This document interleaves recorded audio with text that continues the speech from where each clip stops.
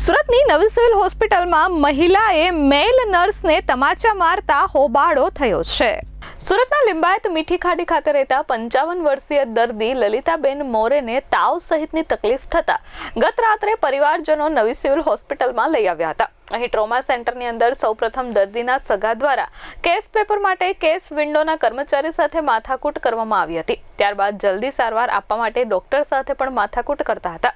ત્યારે મેલ નર્સ સમજાવવા જતા દર્દીના મહિલા સગા દ્વારા મેલ નર્સને 2-3 તમાચા મારી દેવામાં આવ્યા હતા। ફરી એક વખત મારામારીની ઘટના બનતા ટ્રોમા સેન્ટરમાં હોબાળો મચી ગયો હતો અને સિક્યુરિટી સહિતનો સ્ટાફ પણ ત્યાં દોડી આવ્યો હતો। એટલું જ નહીં, એક જ દિવસમાં આ રીતે હોસ્પિટલના કર્મચારી સાથે મારામારીની 2 ઘટનાઓ બનતા અન્ય કર્મચારીઓમાં પણ રોષ જોવા મળી રહ્યો હતો અને મેલ નર્સને મારવાના પ્રકરણમાં મામલો પોલીસ મથકે પહોંચ્યો હતો અને અરજી પણ આપવામાં આવી હતી। જો કે બાદમાં સગા દ્વારા માફી માંગવામાં આવતા મામલો થાળે પડી ગયો હતો।